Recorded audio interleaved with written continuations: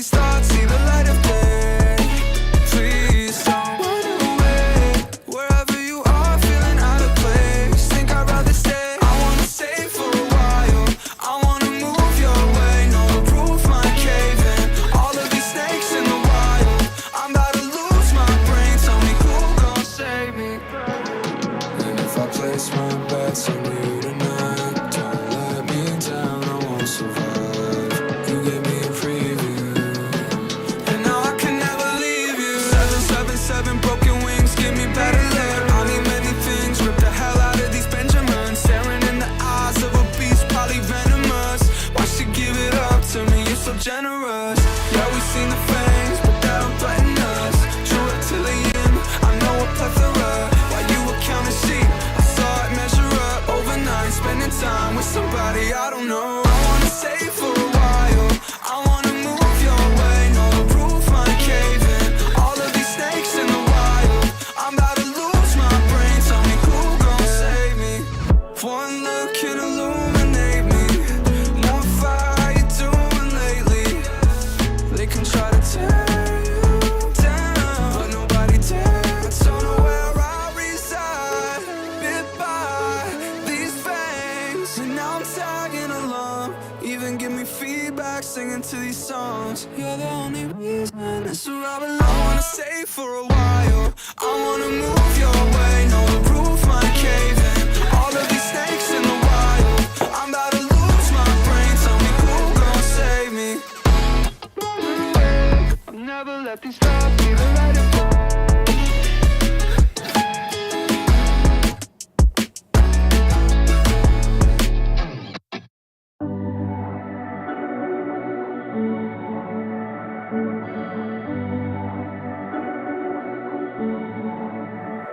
I'm letting go of everything that tied me down. Let it fall below with sunken pieces in your hand. So break me down to flesh and bone, rebuild my heart again from stone. I won't take your abuse and your lies, 'cause I saw right through the hill you're bleeding on. Left me black and blue, but I still carry on. See the problems not with everyone else. Just look inside yourself, and you'll find it's you. Crooked road, bit of you.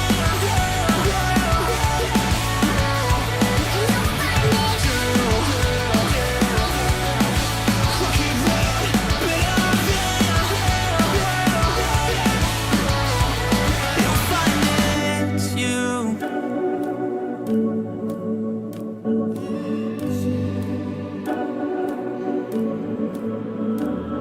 And I could never be like you. Taught me to fear everything outside. Watch the good from the inside of their minds, but you deny, and you'll find it's you. Crooked road, bit of you.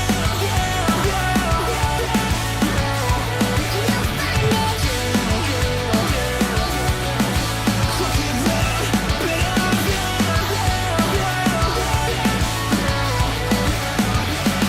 'Cause I saw right through the hill you're bleeding on. Left me black and blue, but I still carry on. See the problems not with everyone else. Just look inside yourself, and you'll find it.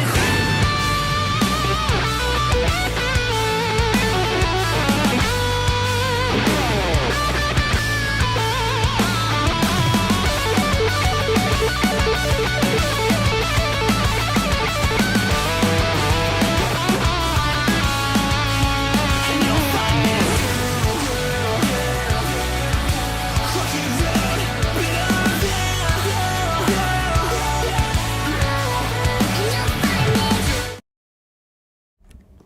Hello, hello, hello. Oh, hello. You had a big old smile right from the get-go. Yeah, I'm laughing at you. Why? Uh, because I was looking. Okay, so as per tradition, I must start the stream by complaining about something you've done. Um, I'm looking at our YouTube page. I would pay you money to be consistent with whether or not you're going to capitalize titles or not. Listen, I just copied what you put and just did it so I could have it done quick. I'm not breaking YouTube again. Fair enough. Because Fair enough, I guess. it's not all capitalized. It was all capitalized with the original title. Oh, well. All right, fair enough. Fair enough. Also, I wanna capitalize on something Emily said before when we were setting up. That she decided she wanted to be as cool as me instead of being lame, and is kind of copying me and wear hats. My hat's cooler though because you can't really tell because my lighting's a little bright, but it's got a corgi on it. Why not a cat? Well, because I went to a store in South Korea and they had a corgi. Okay, valid. Also, what do you got against corgis? Nothing. I'm just a cat guy. I love corgis, but I'm a cat dude. I mean, you can be both. I'm always both. I'm a dog and a cat person, and I love my corgi. And my little corgi cat. I do love both. I had a dog. I had a Great Dane for a while. He had brain cancer. It was very sad, but I loved him. That is very sad. But also I've had great, cats most of my life, and I love those little guys, and now I can't have either. But it's okay. It happens. It's a valid reason. It's a valid reason why I can't have. I mean, either. it's a valid reason. I just don't know how people live without a dog or a cat. I've done it somehow for the past 5 years. Yeah, it's been 5 years as of like a month, 2 months ago. Oh, that explains so much. Never mind. Wait, take us down this path with you. About what happened with my pets? No, you just that explains so much. You got really dark and Oh yeah, that's why my anxiety has spiked. Because you haven't had pets for 5 years. I thought this was going away. That was gonna have your wife very angry with you. No. I was about to be really mad on her behalf. No. I mean, legitimately thought you were being oh man, I've been in a relationship for 5 years. No. That explains it. What kind of person do you think I am? I don't know, man, but I was gonna fight you. Honestly, I thought you thought it was gonna go another way when you said that. Something about Springfield, Ohio. They're eating the dogs. No, we're not gonna start it now. We simply can't. I will say it is part of one news story, but it's very, very wholesome, lighthearted, not political. It just has to deal with a political figure. So I'm gonna leave with that. For our first news story, potential future Vice President Tim Walz is a gamer. Specifically, that man is obsessed with the Sega Dreamcast and only plays the Sega Dreamcast and has only played it since 1999. Good for him. That is a based opinion, and it's valid, very valid. Tim Walz. His wife had to take away his Dreamcast so he could focus. Another reason to vote for him. As though he wasn't already getting my vote. What a good dude. That being said, we will not delve into politics because that's just a dark path that I don't think we're ready for. Okay, if you live in the United States, make sure you're registered to vote. Yes, we will say that much. Coming up, go to vote.org, register to vote, and go vote. I'm not telling you who to vote for. I thought it was vote.gov. Is it vote.gov? I don't know. It's something. It's what there's so many ways to lead you to the same place. So guarantee you it probably still exists. Yeah, that's the lighthearted. But now we'll go into our first. It is vote.org. It is vote.org. Okay. I mean, it might also be a vote.gov. I mean, I just did it whenever I got my new license. There's also vote.gov. So you know what? Pick whatever one. It's gonna help you get registered to vote. Oh no. Yeah, we'll jump. Oh, sorry, Plus, we're in like allergy season. My allergies are so bad. dude, I've had sinus headaches all like for the past week and a half, and I think it's because it's been storming nonstop. It's terrible. Oh, I guess it's very important to note why we're late on posting this to YouTube and streaming this. Where I'm from, I will not out myself. There was a hurricane that hit Louisiana. Yeah, that's vague enough because it did hit pretty much the entire south section of it. I'm wearing a shirt that says Michigan State University. She lives in Iowa, guys. I'm not worried. Yeah, a hurricane came and it hit, and we essentially just like making sure that me and my wife were prepped. We decided not to stream on Tuesday or Wednesday, and then yesterday Emily had some prior obligations that made us push back again. So apologies mainly on my end. Well, I mean, blame the Gulf of Mexico. Blame Francine.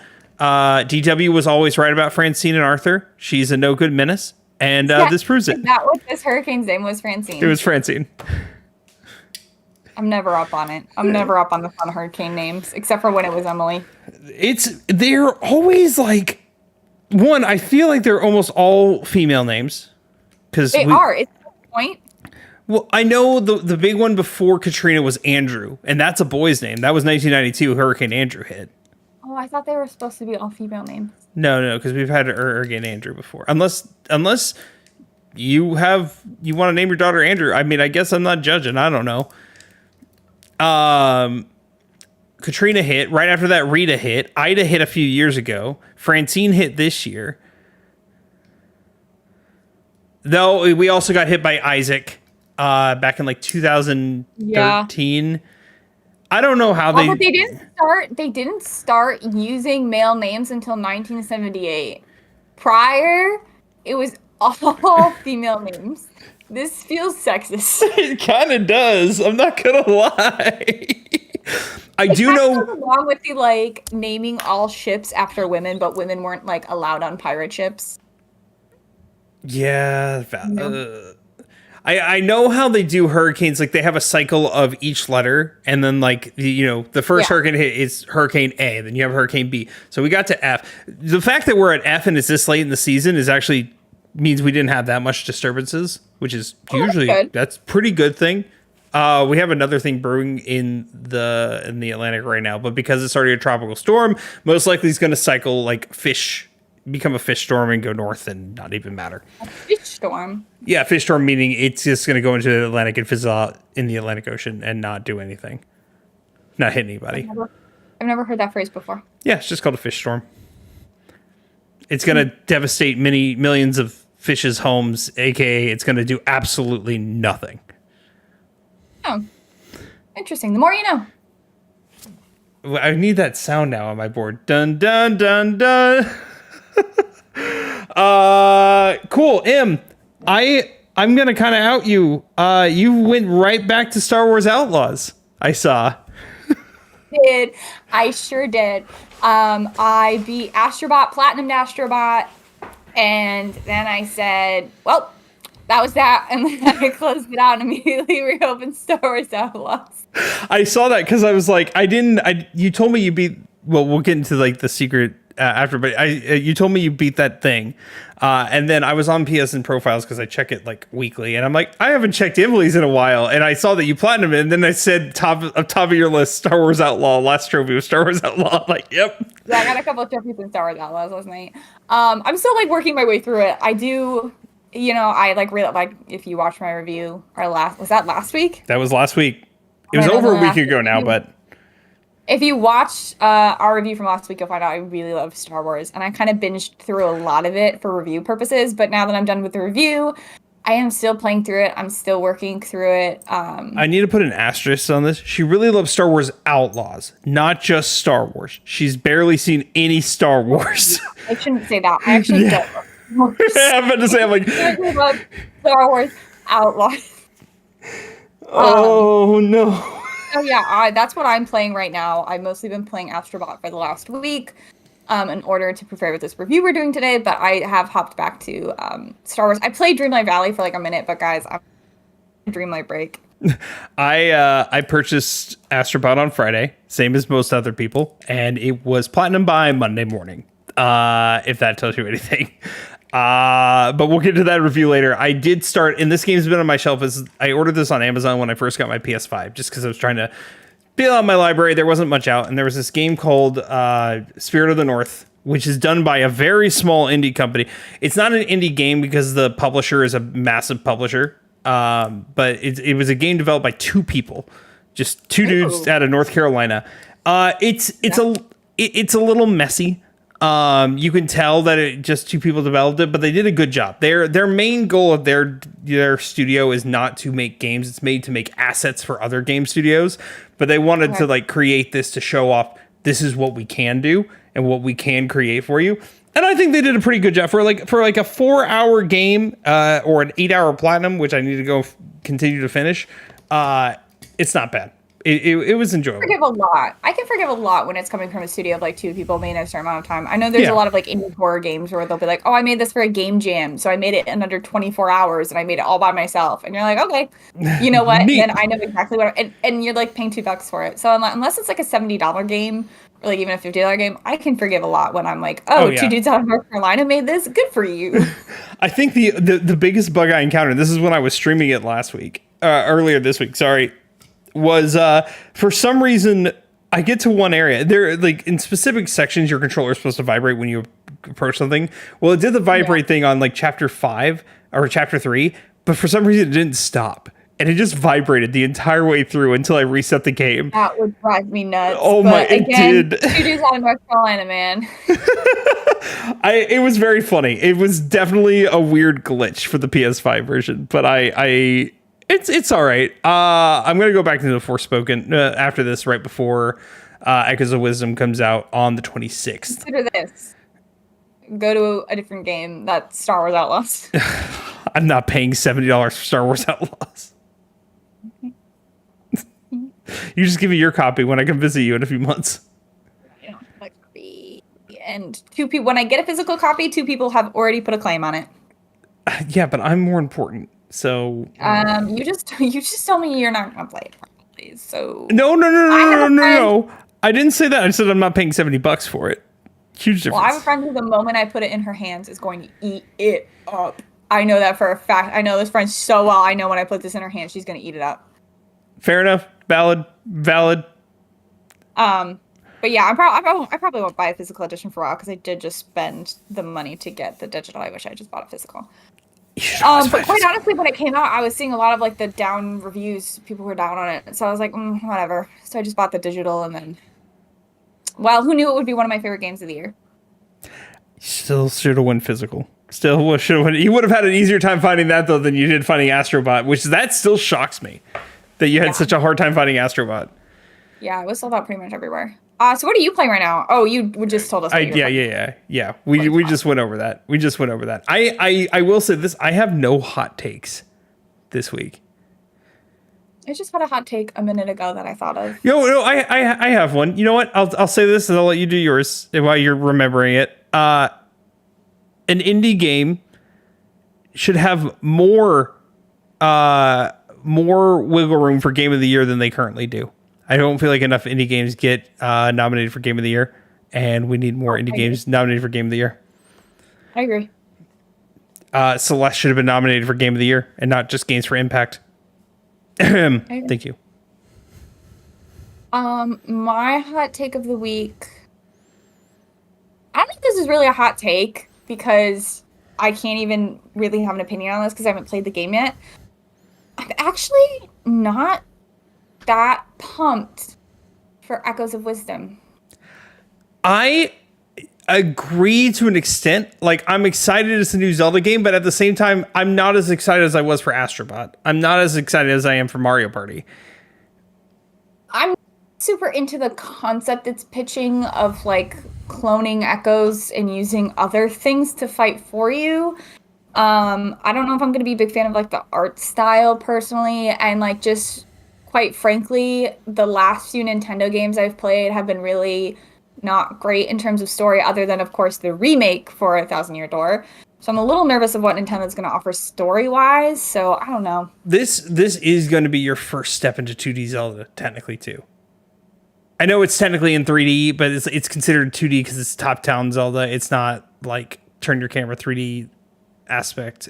Are they 2D? It's definitely a 3D game. No, yes. Okay. So there's 2D and there's 3D. This is technically 2.5D, right? It's running in a 2D space, as in you're on a tile block. You go to another area, it shifts to that other area, kind of like how Link's Awakening works in Link to the Past. So it's 2.5D, but the actual assets are in 3D, right? So I wouldn't call it a game. They call it 2.5D. This is also works for isometric. I'm cheating. I'm reading off chat, but yeah, that's another way to put it, is isometric.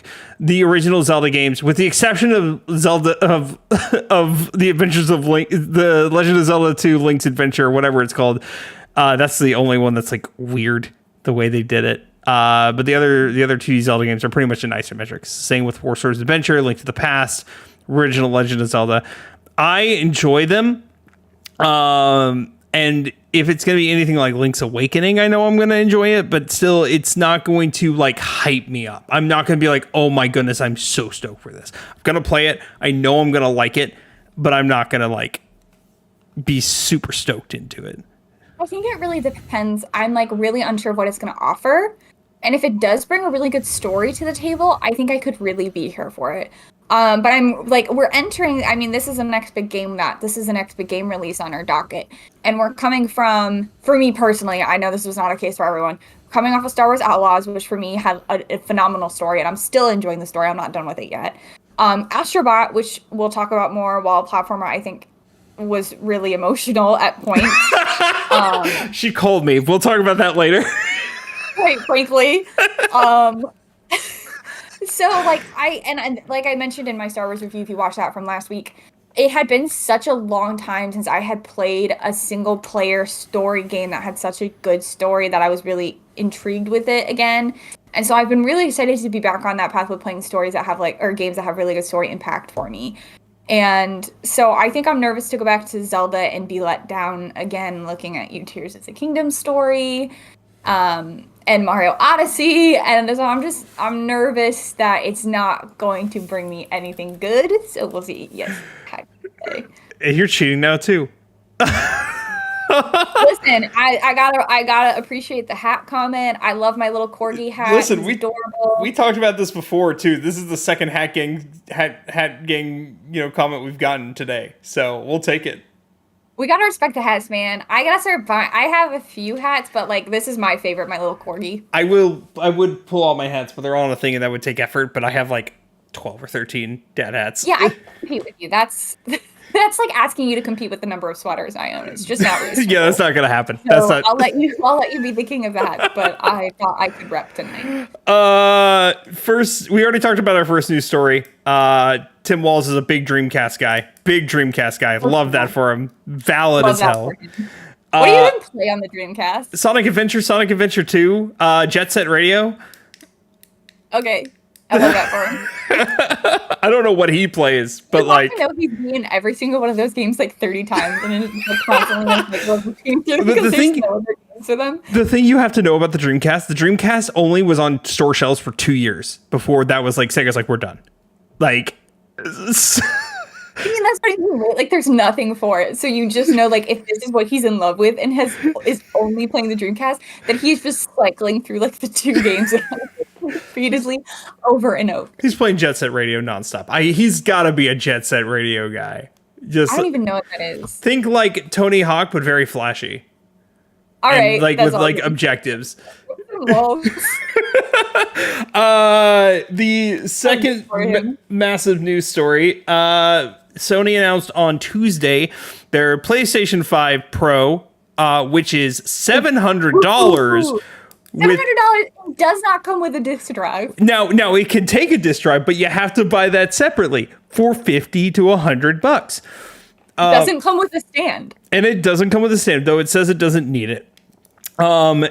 That's ridiculous. Let me be the judge of that, though. Let me decide whether my PlayStation that I paid $700 for needs a stand. Thank you.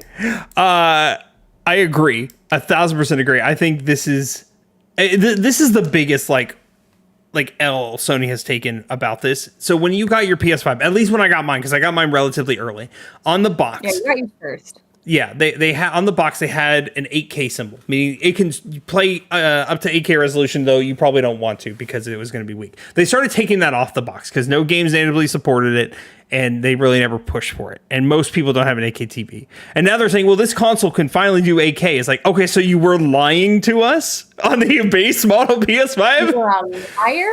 PlayStation would do that? Put lies on the box? Crazy. I'm a PlayStation fanboy. This is their biggest L. Other than Concord, this is a big L. I wonder if they like timed this to be like, okay, Astrobot just came out. People are calling it Game of the Year. Now I hit him with the $700. It was nobody is excited about this release. Nobody is. Now some people have made valid points. They're like, try to build a PC that can do up to 8K and all that, or even 4K 60 FPS, which the PS5 Pro can do. You are not going to be spending, huh? I said sure. Yeah. If you build a PC that can handle that, you're going to be spending well over $700. Valid point. However, you're more limited on a console than you are on a PC as to games availability and all that. Absolutely. Also, I think it's important to note that in the trailer for this, or like the whatever promotional content they did for the PS5 Pro, the games that they were showing off on it were PS4 titles, which I think adds to this when you remember that the PS5 many exclusive and not many like mainline PS5 games. That like you need to now have a PS5 Pro to play those better, right? Like people are using this for Grand Theft Auto. Like, what are we doing? It does not need to be $700, especially like quite honestly, PlayStation.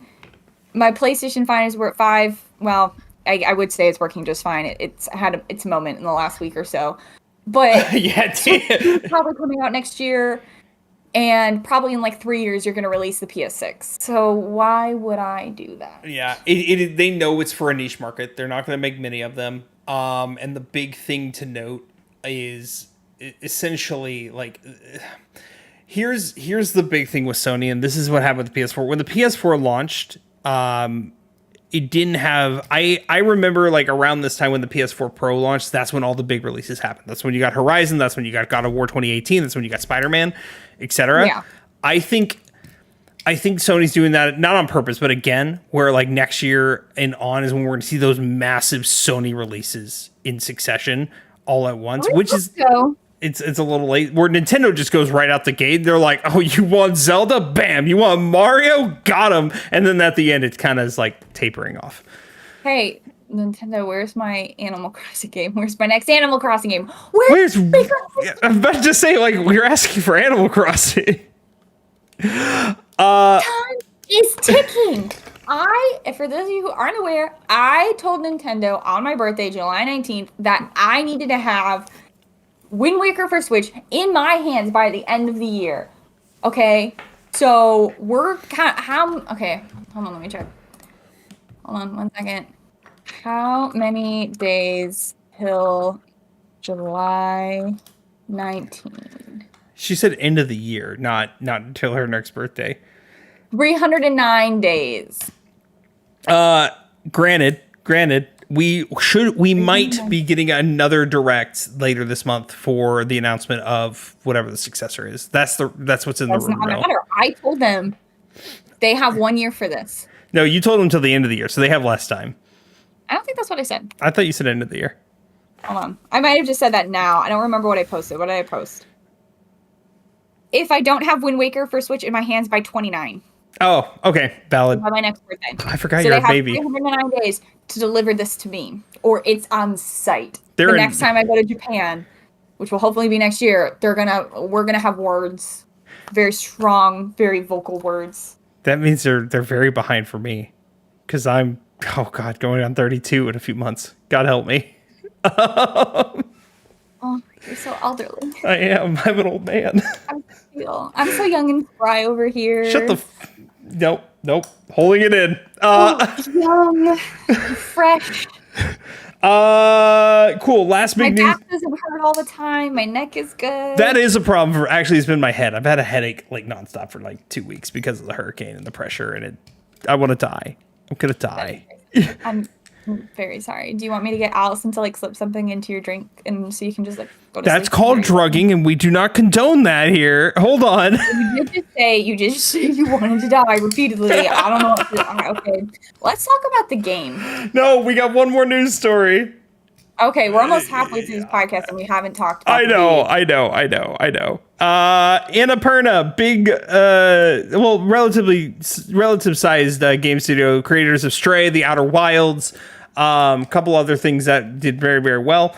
All their employees just up and quit, except for the owner, because there was a dispute with the owner trying to separate it from the parent company. The parent company, whose owner is like a billionaire, and Annapurna's interactive CEO makes a bunch of money. They're like, hey, all we want to do, you can still own us, like you can still own it, but we want to be separate from the Annapurna brand and just have our own name. And just like, you own us, but we're separate. Like, we're not part of Annapurna, which is not a hard request.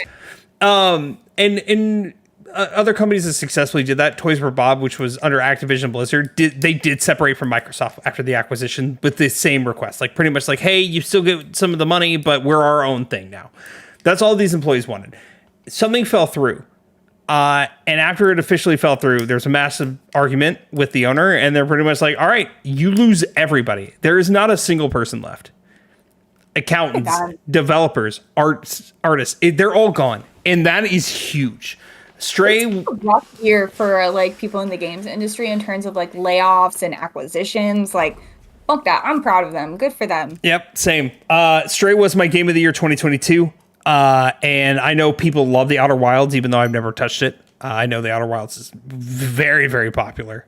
But yeah, no, I can't wait to see what they create and what studio they become in the future. Hopefully they get the money backing it.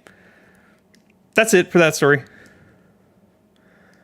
Let's talk about our main boy of the week. Yep. Can I give some backs?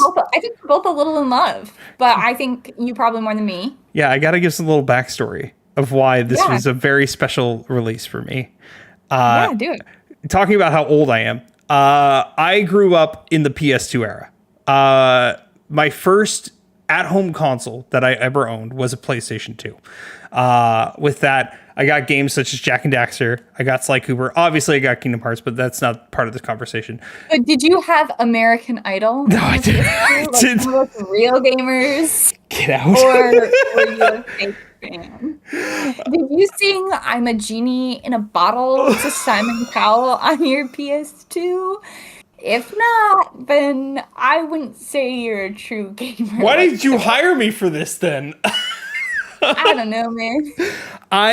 Moral of the story is my upbringing was 3D platformers on the PlayStation 2. Mainly Jak and Daxter and Sly Cooper were huge names. Ratchet and Clank, huge names in things that I really loved and what I thought were super creative and just fun in the PS2. And that's why I fell in love with 3D platformers. I fell in love with Mario not long after that, Super Mario Sunshine on the GameCube being my favorite 3D Mario. Actually favorite 3D platformer for a while of all time. And then PlayStation's like, we haven't done this in a while. We haven't let one of our studios do this in a while. Because Jak and Daxter is by now Naughty Dog, which is owned by Sony. Sly Cooper is done by Sucker Punch, which is owned by Sony, who did Ghost of Tsushima. And so they're like, all right, Team Asobi, Astro's Playroom did great as just a tech demo. Let's start with a little bit of the history on Astrobot itself. Oh, yeah. And why. Because there's been like 3 Astrobot games before this, too. Kind of. There's technically been 2 Astrobot games before this, but he's appeared 3 separate times. You're right. So when the PlayStation 4 released, it just like Astro's Playroom on the PS5, they had this thing called Playroom, which was the tech demo thing for the PS4 that came. I never used it. I never knew what it was for. I didn't know it existed. I saw it was there, but I never touched it. And so apparently Astro was there and he did a whole bunch of mini games as a tech demo for the PS4. It didn't do well, mainly because it was just demos. It was just mini games. People really didn't care that much. It didn't really blow up. Whatever, no big deal. PSVR comes out. They do something similar, like a VR Playroom. I don't remember what it's called, but there's another thing of Astro in mini games. It was Astro's Rescue Mission. That's not that. That's after this. This was a separate Oh. thing. Yeah. Okay. So yeah, more mini games. Team Asobi was then tasked like, hey, let's make a game for VR. So they made a 3D platformer VR game called Astro's Rescue Mission. Astrobot's Rescue Mission. Obviously did not do a lot of sales because a lot of people didn't have PSVR. A lot of people still don't have PSVR. I kind of want it now. Anyone who owns a PSVR. Exactly. Like, it didn't like explode. But that's where he got his start. People who played the game loved the game, but it didn't really ever blow up. So Team Asobi wasn't done, obviously. And Sony's like, hey, we're releasing this new console. We need another tech demo type thing for the PlayStation 5. They're like, hold my beer. I got you. And so they created another platforming Astrobot game, this time Astro's Playroom, instead of doing mini games. And that blew up on PlayStation's launch. It was it still is a free, only about 2 to 3 hour game. Couple levels that show you what the PlayStation 5 can do and how the controller feels and all that. And aside from all the tech demo stuff, as a game itself, it was incredible. It's so much fun. And the fact that it was free was even better. Because, I mean, I remember opening my PS5 the first day I got it, turning it on, and Astro's Playroom was right there. And I was like, okay, well, let's test it out. And having so much fun with that game. We talked about it. We both they gave it a platinum trophy, and we both did it relatively quickly. It's not very long. It's not hard. No. It's not long. But it was a good time. And because of that reception, I think Team Asobi finally got that green light they needed to create this Astrobot game. Because Astrobot was more than just his own little thing. Astrobot was essentially what Sony has been trying to do for so long with Crash Bandicoot initially, then with Jak and Daxter and Sly Cooper on the PS2, and then with Knack on the PS4, I guess. They've been trying to have this mascot that has never really stuck, and Astrobot finally became that mascot that stuck. So Astrobot's not just Astrobot. Astrobot is the PlayStation mascot at this point. And I don't think that will ever change anymore. I think they're finally got their mark. And for the record, for anyone who hasn't played, the entire game, as fabulous as this game we're about to talk about is, this game, Astro's Playroom, and every game before it is one giant marketing thing for the PlayStation. There's no doubt about it. Not only is it full Sony IP, but the whole time you're flying on a PlayStation controller, you're a little PlayStation dude, you're building a PlayStation, and the PlayStation exists as this giant tower in the middle that all of the little bots, it's your spaceship around. It's a weird little religion of some kind where they're all just and then you collect all the little pieces and they all sing together. It is very this isn't even an IP where you're oh, this is the game everyone knows PlayStation 4 best. It is just this really good IP that stands alone now, but is worshipping what PlayStation is and what PlayStation has done. And it shows the good, the bad, and the it shows off even things that people didn't necessarily like, and just is wait, we're still celebrating that this is the thing, right? Yeah. Normally we first talk about story. There's really not much because it's a 3D platformer. It's a game where you're flying in your PlayStation 5 ship, an alien steals your CPU, and all of the other parts get scattered around, and you just got to get them, going to different worlds and save any bots that got lost along the way.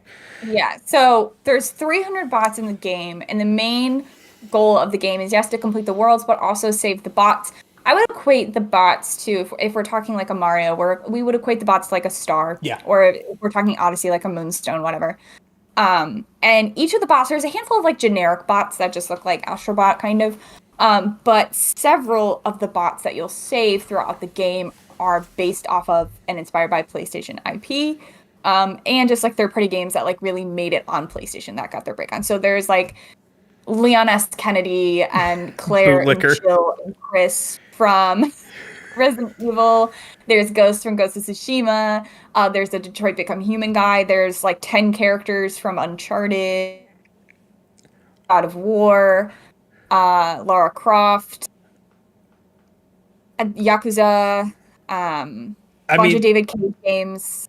There's just a whole them. You also got your Ratchet and Clank, you got your Sly Cooper, you got your Jack and Daxter, you got your. This is the most surprising was Crash Bandicoot, and not because it should be. Here's the thing, the funny thing with Crash Bandicoot right now, because Crash Bandicoot was the original PlayStation mascot from the PS1. Yeah. Everyone knows that.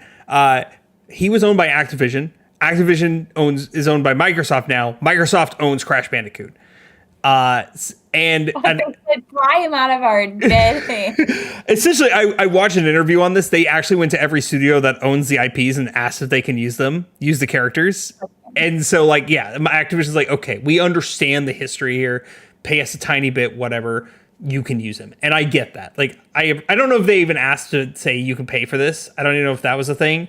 Like, but they let him use Crash. They also had the Last of Us characters. Yeah, because that's Naughty Dog. Yeah. They had a lot. There was a lot. Oh, we lost her. Who you are? I swear I saved like 50 vampire castle characters of some kind. Castlevania. No, I like some of them might have been Castlevania, but I swear there were just like in several different levels. I was saving like someone that was referencing a vampire of some kind. I don't know. There was a lot. There was a lot of games I've never even heard of, but I made me like, oh, I'm interested. I looked up who the character was, and then I looked up what the game was, tried to learn more about it. So I'm like, is this something I want to play? Because I'm like, okay, this is something that used to be here. Maybe I want to try it. Legend of Dragoon is like one of the biggest JRPGs on PlayStation. I've still never played it, and they added a character from that. They have Persona 5 and Persona 4. And 3. Oh, yeah, you're right. They have all 3 of them. Right. Yeah, they had a lot of really good games on there. It goes deeper though. My only complaint, this isn't even like a real complaint. I can't truly complain about it. It was just personal preference. All like the games they picked. So like there's like 5. Okay, so back to like the main core of the game. You're going through these galaxies and you're saving the bots and getting the PlayStation components to put back together. There's 5 main galaxies that you go to. Mm-hmm. And at the end of the galaxy, you beat a boss. And then once you beat the boss, one bot is released to you, and that is like a bot from a main PlayStation IP. And the next level that you go to is going to be an entire level based around this PlayStation game. So there's a Horizon Zero Dawn one, there's an Uncharted one, there's a God of War one. There's like, I still don't know what that one with the little dudes is, the like little colorful orbs. Wait, the little dude with the colorful orbs. The little, like, colorful orbs dudes, where you have to, like, tilt the controller. Oh, Loco Roco. I don't know what that is. It is an old PSP / like, I think it was on the PS4 game, where you are rolling around. It is a rolly game. It is very popular. I know more than I should. They were all very fun. They just, like, didn't fit my personal preference of what I would do. I really wanted, like, a Resident Evil level where you have to, like, be sneaky a little. Maybe, like, you're in the police station and there's like zombies and you have to be sneaky, or like something like that with The Last of Us.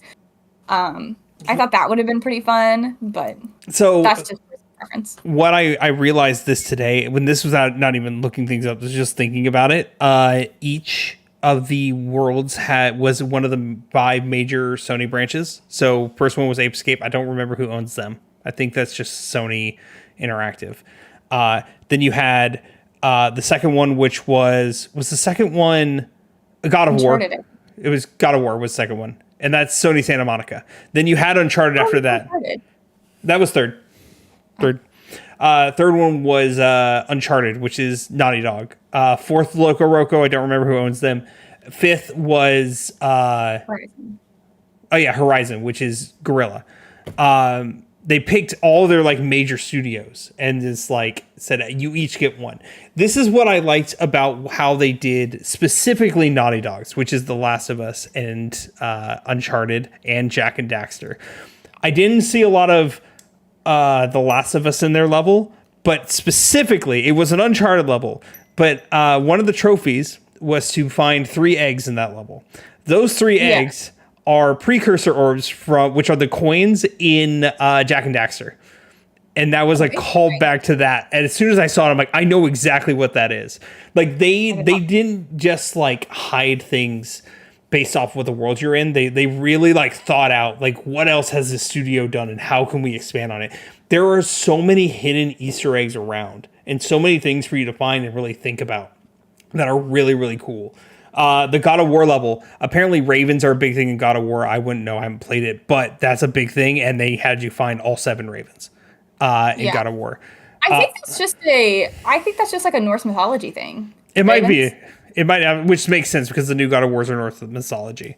One of the weird ones that I don't understand, and I'm sure there's a deep meaning behind it, and someone in the chat mentioned this land specifically. The Metal Gear Solid characters were in Creamy Canyon, which is like an ice cream ice type level. I don't understand it.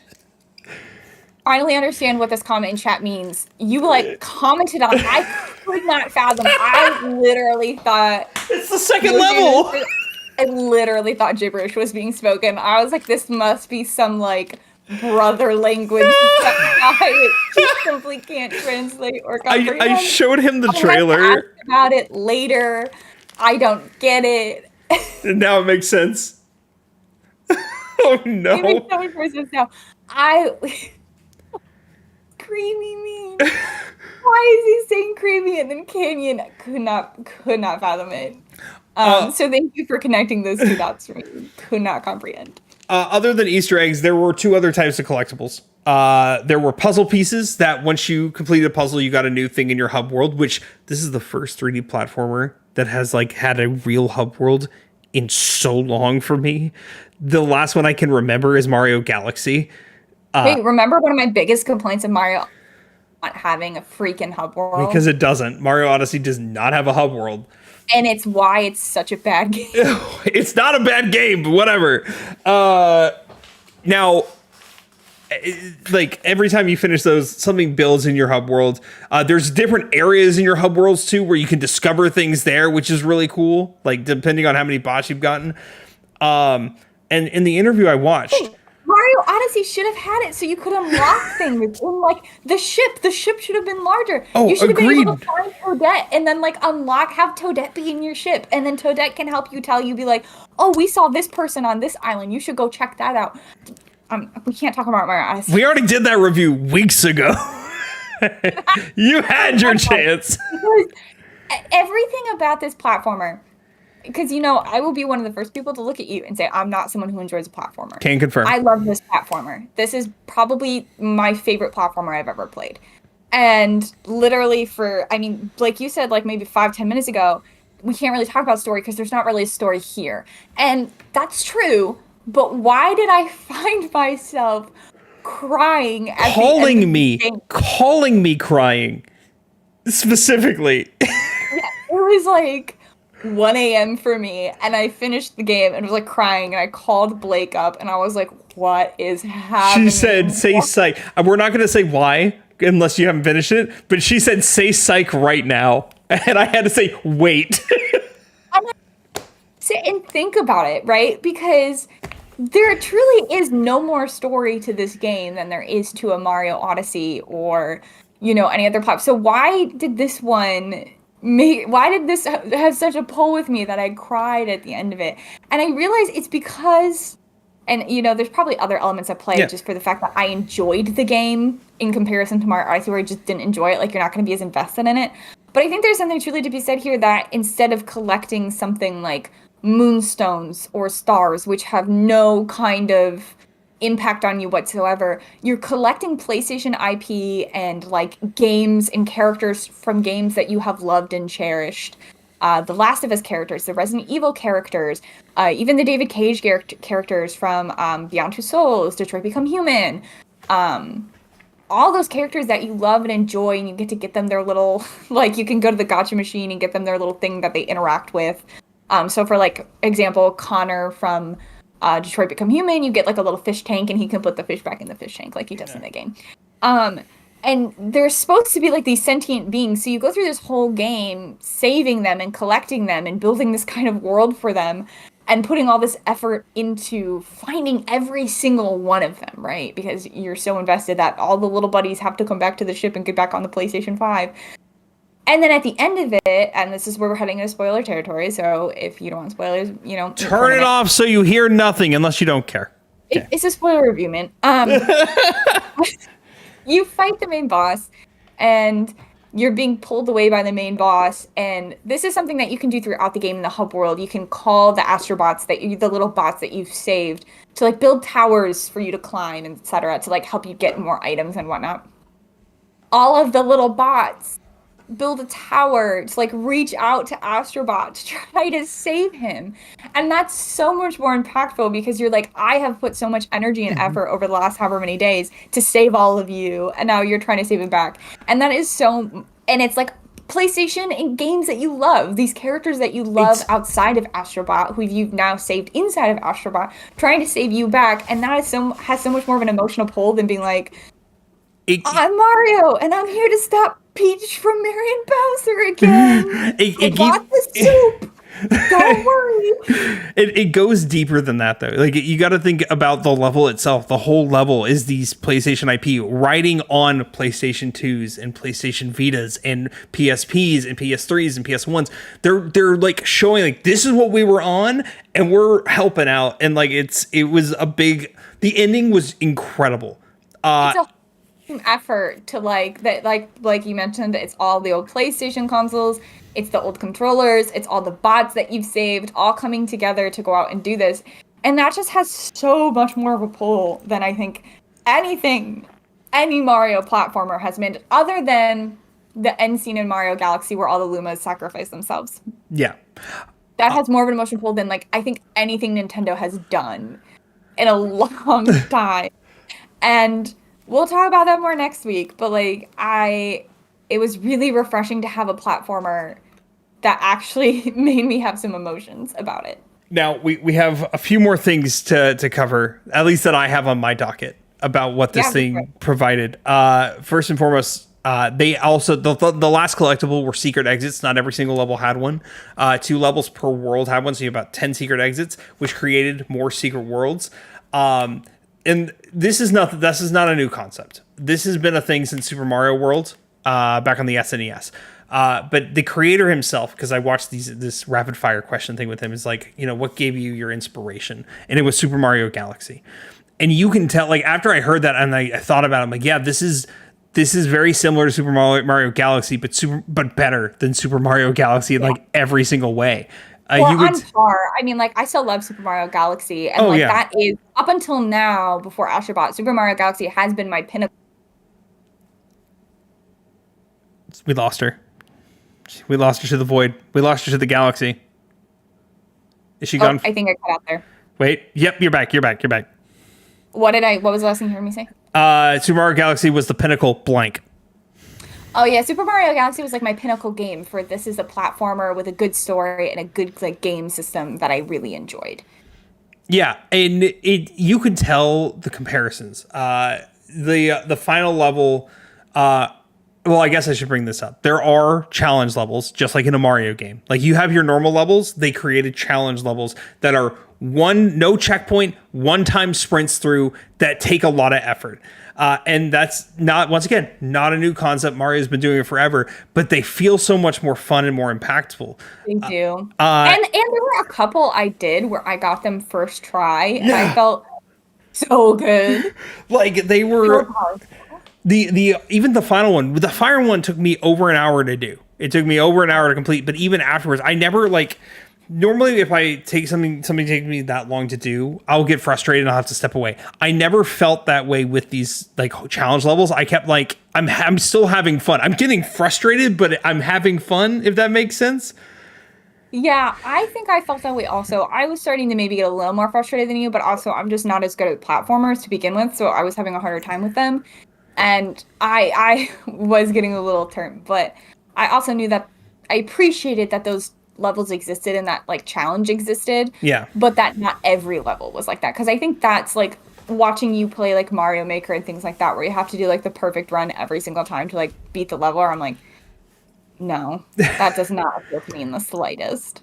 But in this case, but I appreciate the little sprinkles of it in each galaxy that you went to. The reason I enjoy it is, one, it is like I said, the developer said himself, like, those challenge levels are where the big inspiration was Mario Galaxy, and I felt that in there, but it was its own.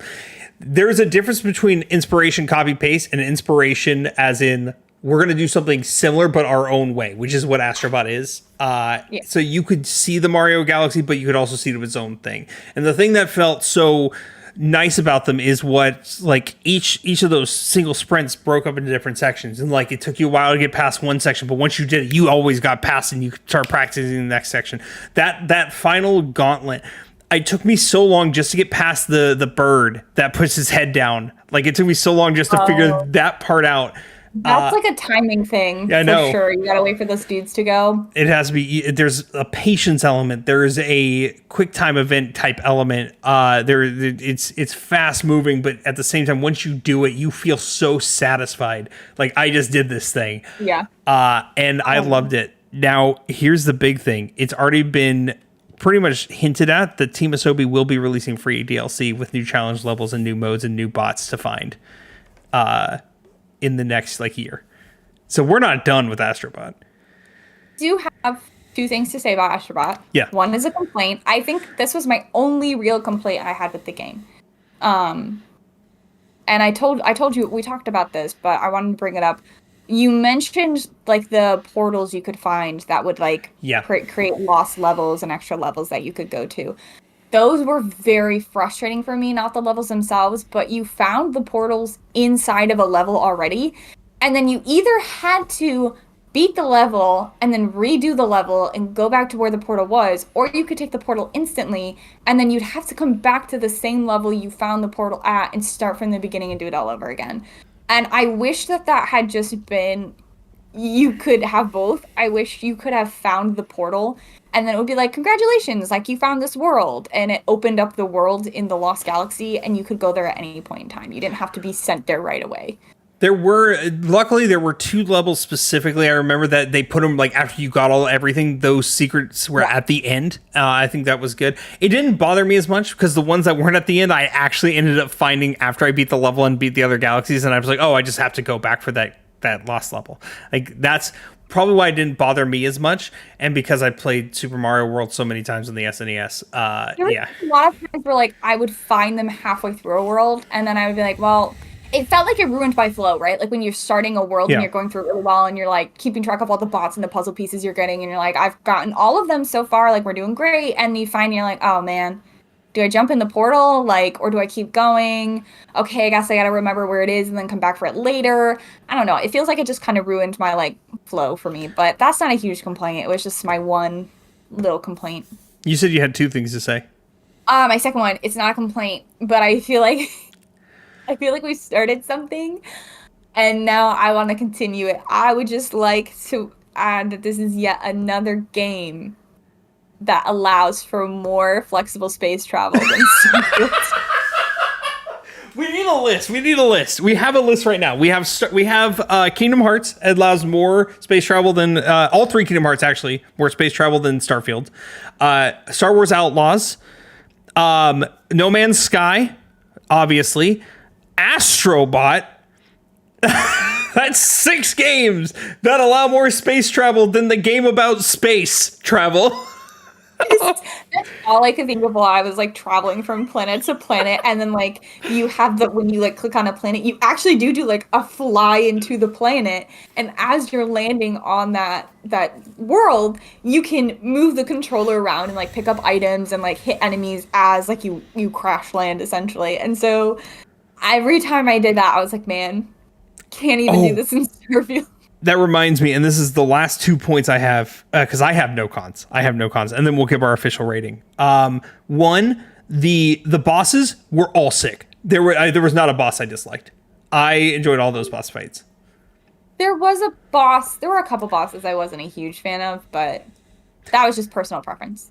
The second thing were the power-ups. Well, none of them were bad. Some were okay, but they were all good for the most part, and some were great. What was your favorite power-up? And this is what I was going to bring up. If I had to say anything bad, this is the only thing bad. My favorite power-up was only used once, and that was the mouse power-up. Oh, the mouse power-up is a very cool one. But it was one level. It was only one level, and it was so much fun to do. And it's well, that's all we have for that. If I had to choose another one, it'd be the time stop one. The slow down time. That's my favorite. It was so good, especially because that casino trophy hitting the jackpot in slow mo. That was so satisfying to do, right? It was really fun. I really liked the time stopper one, and especially because it slowed down all the enemies too. I was like, I can do anything. Actually, my fun story about the time stop one is forgetting I had the power to slow down time, and then doing all of those 4 slot machines that you just talked about. You did it legit? I did it legit. Oh, you were. Oh, God. Am. I legit earned that. And I just, yeah, I had a friend on the call with me, and I was like talking about how frustrated I was that I kept like getting hit by enemies and like having to start this over. And I was like, this is crazy. This is taking so long. And then it wasn't until after the trophy popped and I walked away where I was like, oh, wait a minute. The power to slow down time. I could have done something about this. I will say probably my favorite challenge level that like I felt, other than the final gauntlet, my favorite challenge level that was just the most fun to do was the slow down time one, where you actually had to throw the hourglass every time to slow down time. Like you had a time when to throw it. Like, oh my God, figuring that out was great. The only one I don't like is the damn lava one with the duck. Okay. Curse you, Team Asobi, for creating that monstrosity. I hated every single moment of it. I don't hate it as much as him, but that one took me so long. And to our good friend Crazy G, who said that this was because of my impatience, Emily can now defend me and say no. Yeah, I wasn't there when that conversation happened, but no, that level is just the worst. It's so terrible. I hate it. I don't think it's terrible. I don't think it's as bad as you think. It just took me so long to figure out like the motions. Oh man. I don't like those duckies. I let you give your final rating first. See, this is such a hard one for me. As a platformer, I give it a 10 out of 10. Okay. Well, yeah, just nearly a 10 out of 10, maybe like a 9.7. It's a perfect platformer. In terms of what I would want from a platformer, it's perfect. So yeah, a high 9 or maybe a 10. But as a game, I don't know. As like a whole game, I don't know, high 8, maybe 9. Ew, that feels low. That feels low. I feel like games are just rated too high. I mean, you didn't even like games that we don't even like that much. I feel like we just give like a 6 or a 7 to like be nice about it. It's an 8 or a 9, which is near perfect. It's hard for me to rate platformers as a 10 because they often, you're right, don't have any story. But I don't feel like you need a story to be a 10. For me, it does. That's fine. That's fair.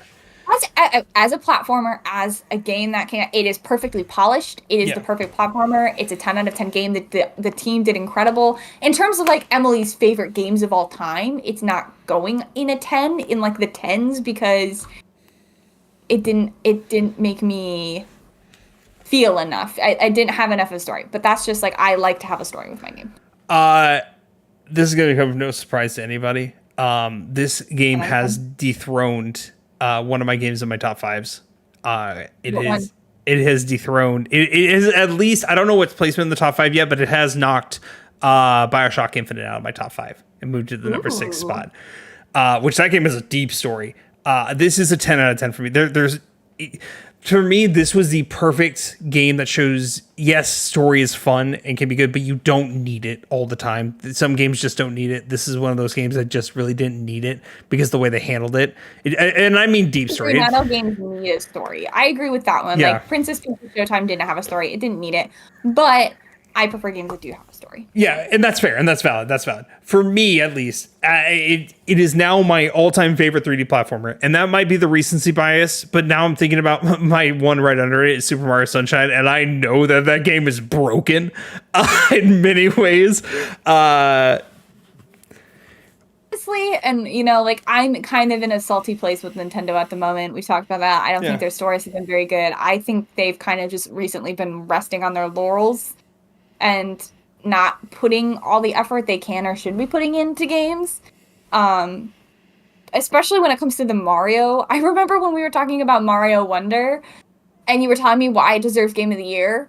I'm sure there's more to it, but I distinctly remember you telling me, well, like, Mario tips his hat now when he goes into the warp pipe. And me being like, that's the big change. No. I That said the Mario animations were Wonderful? cool. I said I enjoyed the animations. I don't think that was the reason, but I do remember saying that I enjoyed the That was one of the animations. examples you gave me. Yeah. And I think that is kind of reflective of where Nintendo's at with like from their platform to platformer. It's like, okay, we added a couple new animations, but like, what do you new characters? I like, you know what I mean? Like, I feel like the formula is so old at this point, you know? I understand. From a Sony perspective, though, I think Astrobot is like an actual Game of the Year contender. Question is though, you talked about getting DLC, and I hope we do get DLC. I'm sure we will. But what does Astrobot? What's the potential for another game? Because they've pretty much used all the IP at this point, right? You rebuilt the PS5. You did it in the other game where you found all the old, like what? I forgot what- they gave examples. I can't remember what it was. It was a pretty big one too. I mean, there was no Square Enix representation. For example, they could throw Square Enix characters in there. I forgot about the exact example they used, though. That was a pretty big deal. There's a lot of characters because remember, it's not just Sony IP that they throw in there. They have thrown in like the Yakuza games. That's on everything. The Street Fighter and the Tekken games are on They everything. did have Final Fantasy references in Astro's Playroom. They did, but they didn't. Neither game had a Kingdom Hearts reference, which that used to They be. didn't have Assassin's Creed in this one. Oh, that was it. It was an Assassin's Creed character coming potentially to. Ooh, that would be fun. If it was Jacob and Evie, I'd lose my mind. Anywho, what I was saying, just to recap, or just to finish up, it is now my favorite 3D platformer of all time. Still not my favorite platformer. That's still Celeste. Celeste is just a perfect platformer. It's my favorite platformer of all time and 3D platformer of all time. I think it is the perfect platformer. I don't think you can get much better than this. But also, I've been very harsh on Mario lately, and I think that could just be, again, this is like, you mentioned the recency bias. Like, it's just new. It's different. And I think Mario, we know every gimmick in his book, right? Like, we know everything he's capable of doing, and we know the storyline before it even begins, and we know the ending by the time we start. And so maybe this, if anything, I hope this just encourages Nintendo to, I hope this inspires Nintendo. I hope they mix it up a little. Do something different. Can I finish this time? Pretty Oh, please. I'm sorry. You said it was your favorite 3D platformer. You said your favorite platformer, and then you stopped. No, I'm starting another sentence. I'm sorry. She does this on purpose. I don't do it on purpose. I swear I really thought No, about it. there's You said, actually- this is my favorite 3D platform, and Celeste is my favorite platformer. And then I started talking. It was the To be fair, Discord does have a delay. So she has like a 2-second delay. And so that is a valid thing, by the way. So I know she doesn't do it on purpose. I didn't mean to. But yeah, no, what I'm trying to say is not, even though I'm a big story guy too, Emily already knows this. I'm a big Kingdom Hearts guy, which is a thing. I'm a huge Persona guy, which is a huge story thing. But I do have a firm belief that not every Game of the Year contender has to have this massive story. Not every 10 out of 10 game has to have this massive story connected, at least from my perspective, for a me thing. I very well think that this will be in the Game of the Year talks. It should be. Yeah, I think if I had to put a thing on it right now, at least 3 games up right now, it would be Black Myth Wukong, it would be Final Fantasy VII Rebirth, and it would be Astrobot would be in the Game of the Year talks right now. Oh, We have a No, long Star time to think about that. I know Star Wars Outlaws isn't going to be on the No, list, it's but not. that just bums me out. It just bums me out so much because you can tell the team put so much love and effort into building the Star Wars universe, and the environments are so beautiful. And it just sucks that when it's a game that you can tell had so much love put into it, that people just shout on. It makes me sad. I think they were very high off of how well Jedi Survivor and Jedi Fallen Order did with EA. That they're like, oh, we're gonna get more of that, and it wasn't that, and even though it was a different studio. Because this game is beautiful, and every single detail, like I said, everything feels so intentional. Every single detail you can tell was crafted with just bummer. Just a bummer. But oh well. That happens sometimes. On that note, next Wednesday, actually on the right day next week, Emily and I will be talking about Nintendo Story Power and how they've been sucking lately. Depending on if I get the Persona 3 DLC too, I might talk about that, but I haven't got it yet, and I haven't really had a real push to do it. I might not get it anytime. I might wait till like next month. You can follow me on Twitch, where I now have a new schedule, which is Sunday, Monday, Tuesday, starting this week. And Emily sometimes streams. She thinks about it. I've been thinking about it a lot lately. I thought about streaming this week. I thought about it and did it, but I didn't do it. It's the thought that counts. I want to add talking about talking about next week, Wednesday for podcast. Please come. I've complained a lot about Nintendo and their lack of story. I want to do some more with you guys. Tell me if you think I'm wrong. I just, and I think we either could be proven very right, or I could be proven very right or very wrong with what Echoes of Wisdom brings to the table later this month. Yep. That's it. We're going to go talk to Chad. If you're on YouTube right now and you want to watch this again, we're going to be posting this video tomorrow morning at 11:30. That'll be Saturday the 14th. Today's Friday the 13th. God help us. I should have played a spooky game today. Actually, yeah, you should have. I didn't either. I should have gotten a $13 tattoo, but I didn't do that either. What? Why? Friday the 13th, they have pre-made tattoos for only $13 plus $7 tip for $20. $20 tattoo. I thought you just meant you want to go like a really nice tattoo parlor and only spend $13. And I was like, well, I wouldn't trust the tattoo. You're gonna get that experience, but like most parlors do that. I had 2 of my 3 tattoos are Friday the 13th tattoos. But other than that, continuing on, follow us on Twitch. If you're on YouTube or on Twitch right now, or if you're watching on YouTube after the live session, come to the live session every other Wednesday. I know this is Friday, but ignore me. Every other Wednesday after the talks, we do the after party, which we do not post live anywhere. The only way to chat with us is by watching the live streams Wednesdays at 7 p.m. CST, unless there's a hurricane currently devastating my homeland, or I guess a blizzard wouldn't knock you out either, so never mind. Blizzard, we do get a lot of those in the winter. On that note, I'm jumping over to after party. Okay, bye everyone. Goodbye. Don't do something stupid. Be smart. Bye. Why would they do that was stupid? I don't know. That was such like a bizarre last minute warning to be like, I'm afraid for you. Don't be stupid. Stupid is what I love to say the most.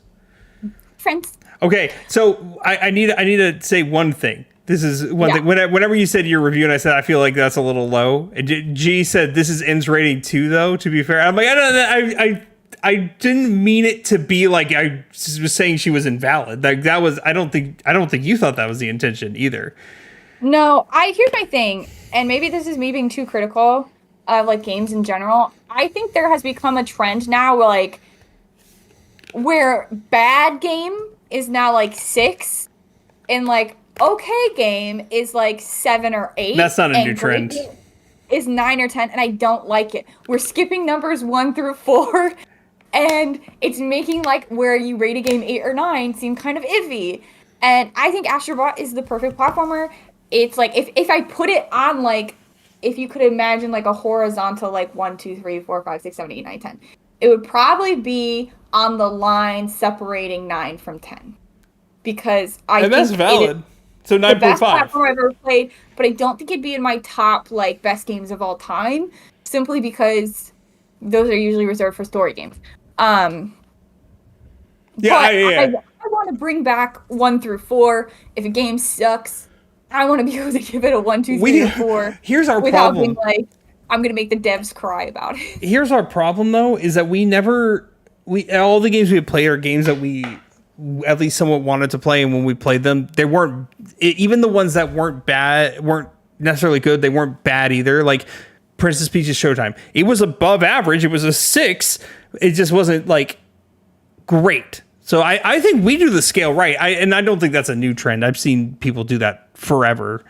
It's a new trend. I'm saying I think that has happened over however many years where it's shifted now. I've heard like game reviewers be like, this game was garbage, but like it has some good technical aspects, so I'll give it a 7. I'm like, no. You're giving a garbage game like a 7 point something? Put it on like a 4.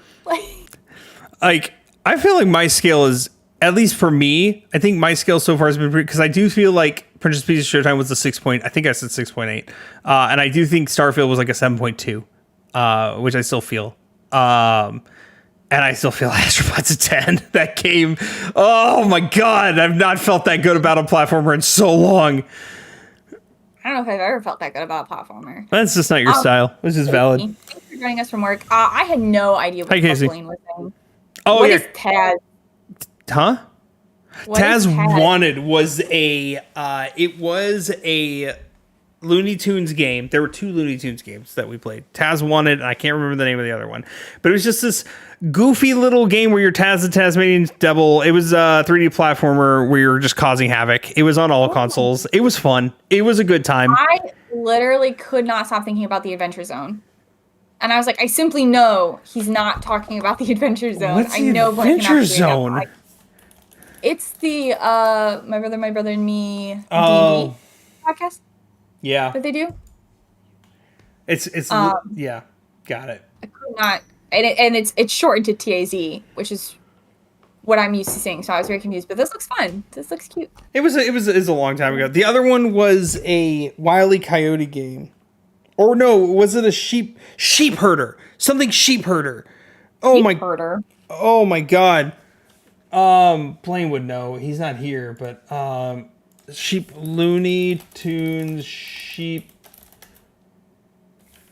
Raider. Looney Tunes Sheep Raider, which was a Wile E. Coyote game that we played a ton of. Well, at least I played a ton of. I loved this game. Sorry, I'm looking back through chat.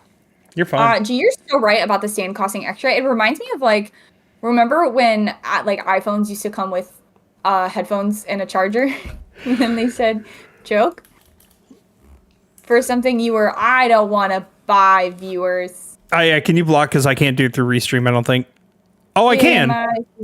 Oh, add to block list. I got it. Fan. Neat. Thank you. Gee, you're right. I do have a game waiting for me on Steam. I really cannot describe to you. I was so close to doing it this week. I will do it next week. Speaking of things sent to you, did you watch the horror game video I sent you earlier? No, because I think you sent it to me when I was either at lunch or when I don't remember what time you sent it to me. Excuses. Listen, I just don't really watch videos when I'm at work. Oh no, you sent it to me at 501. I was at my grandmother's house. I was picking her up and bringing her to my dad's birthday party. Valid. So. It's about indie horror games. I love indie horror games. I was just thinking about all the horror games I'm gonna have to play come Spooky Month. I do actually think I'm gonna steal my friend's PS4 that has PT on it. Are you sure that? For Spooky Month. I'm going to. Why don't you just get the PC port? I could, but you can plug your PS5 controller in and use that. Yeah, but I don't think. So they're not technically ports. They're rebuilds from the ground up, 1-for-1 rebuilds. Oh. Which, because there's no one's ever. I don't think anyone's been able to port it. People just rebuilt it from the ground up. And I don't think the AI in the rebuilds is as robust as it is in the original, in the sense of everything Lisa can do and where she can appear and how often she can appear and the chaos to her. I'm not entirely positive that's the case, but it's felt that way to me in a lot of the 1-for-1s that I've seen people do, where it's more scripted than it is in the original. And I have access to the original, so that feels like the easiest option. Yeah, valid. I know I'm playing Security Breach. If I finish Security Breach early, then I'm moving to Alice. Madness Returns on the PS3, which would be my first time ever playing it. It's a cult classic though. Am going to be playing probably on stream Silent Hill 2 remake. Oh yeah. Oh, that's right. That's soon. I forgot that's one. October 6th. I need to look at our spreadsheet. That's October 8th. And then I'm doing the review at it on. I do oh man, what day of the week is that? Monday? The 10th? October 10th is a Thursday. Why did I have a streaming podcast on a Thursday? I don't know. You tell me. I guess I've gotten that wrong. That means I only have one day to play Silent Hill 2. crazy enough, the good news is Mario Party Jamboree comes out on the 17th. I have to do that and Metaphor ReFantazio. That's going to be bonkers. Well, the good news is Mario Party Jamboree will take like 3 hours. Yeah, I mean, that's just going to play all the maps. Like, I'm not too concerned about that. Metaphor ReFantazio is October. That comes out first. Good. Okay, that's fine. I can get a jump start of Metaphor. We already know that's going to be 100+ hour game. It's going to be a 100+ hour game. It's also coming out on PS4? Why? I thought we were done with the cross-gen stuff. I don't know, man. So yeah, anyway, join me for stream on October 8th. Apparently we'll be playing a lot of Silent Hill Remake in preparation for my podcast the next day. Maybe we could do... Yeah, but why don't we swap? Why don't we just swap the 16th and the 10th? Yeah, I guess. I just want to do it right away. We'll either swap those or maybe we can move podcasts to a later date. I don't know. We'll figure it out. But I will be playing that one on stream because it's Spoopy Month. And then I'll probably do PT and a couple other things for Spoopy Month. So stream will be coming back. It's my time to be alive. I don't even like Halloween that much. But y'all know I love the horror games. So. Allison's super stoked about Mario Party. Allison is the most stoked about Mario Party. She loves Mario Party. If I could convince her to be on camera to do the review, I would, but I don't think I can convince her. Well, she could always be off camera. She could. I don't know if she... I'll talk to her. She might do it. She might. I want her opinions. She's like the biggest Mario Party fan I know. It's valid. Yeah, Chase, you want to know a fun fact? I didn't play Mario Party for the first time until 2017. I never played a Mario. Wild. Chase, wow, that means you didn't have I guess you didn't have older siblings. I was gonna say you didn't have the experience of like playing it when you were a kid and having your siblings like bully you into like losing all your stars. Nope, I didn't play. Chase introduced me to Mario Party 3 and Mario Party 4 through totally legal means and not emulators. Wink, wink. So we did that, and then I played 5, 6, 7. I've played them all except for 10 now. Wild that he started you with 3 and 4 when 2 and 4 are the best ones. 4 and 6 are my favorites. 2 you get to dress up. This is Superstar's worst offense for the Switch, by the way, is the fact that they have 2 levels from 2, and you don't dress up in either of them. You don't dress up in either of them. It's so tragic. All I wanted to do was be a little cowboy again and host a hootenanny. I think that's when the levels returning at I think the cowboy levels returning in Jamboree. Ooh. Do I get to host a hootenanny? Do you what? Do I get to host a hootenanny? I don't think so. Let's see. Mario Party Jamboree. I want to see maps, not release date again. Okay. I don't care about the new stage. I want to see the re-release stages. I mean, I will. Okay, returning stages: Mario's Rainbow Castle from Mario Party, and then Western Land from Mario Party 2. That's it. 2. Yeah. So I can host a hootenanny. You can, but I don't know if you dress up. What's the point if you can't dress up? You'd be hooting and hollering in the corner. I can't stay on too much longer because I promised Allison we were going to go to the bookstore because it's going to be a late night thing for the bookstore. We're going to the bookstore at 8:17 p.m. It's open till 11 on this specific Friday. They're doing something special, I guess. So fine. All right, we'll jump off. Go to the bookstore. I don't know what time exactly we're leaving though. I'm now looking at these. Okay, so here's our new stages. We'll talk about new stages and then I'll go. Rainbow Galleria. It's a 3-story shopping center map. Hell yeah. Coconut Ball. Roll'em Raceway. It's a looping linear stage where we will be driving in singular carts in Mario Karts. That's kind of sick. Goomba Lagoon? Oh, yeah. Go Goombas. That sounds pretty neat. I'm very excited for this game. Goomba Lagoon looks just like a standard big map. These are the most creative new maps I've ever seen. What happened? Nintendo, why didn't you do this before? Why are you being creative now? Why are you being creative now? Why were you creative before when we needed you? You were the chosen one. Also, before we go, I saw somebody in Reddit talking about we need an Astrobot cart with like you race against all the PlayStation characters. Oh, dude, I would be so. I mean, we kind of have like our own weird version. Like you have Crash Bandicoot Nitro Kart, and then you also have not Sonic, though that has a racing game too. You also have, what is the other one? You have Chocobo Racing for Square Enix. Yeah, but that's still not Astrobot racing. It's not. No, I agree. We need Astrobot Racing, and it's every other character from other IP are just the Astrobot costumes though. Like because they're so Kazuya from I've never played a Yakuza game, but that is one of the most adorable looking gangster robots I've ever seen in my entire life. That was another good trophy. As simple as it was another very good trophy. I got so mad at the trophy that was like take a picture of 2 legendary explorers because I immediately pegged those legendary explorers as Nathan Drake and Lara Croft. Yeah. And I kept taking pictures of them and I wasn't getting the trophy to pop and I was like, what the I had to watch a video on how to do it, and even then it still took 4 photos because I'm like I knew what to do immediately too, but it just was not working. You have to like push them together, and I was like, how was I supposed to know they could interact? Like, I thought I just had to take a picture of both of them, and I even one where they were both in the frame. Oh. It was a little goofy. It was a little goofy.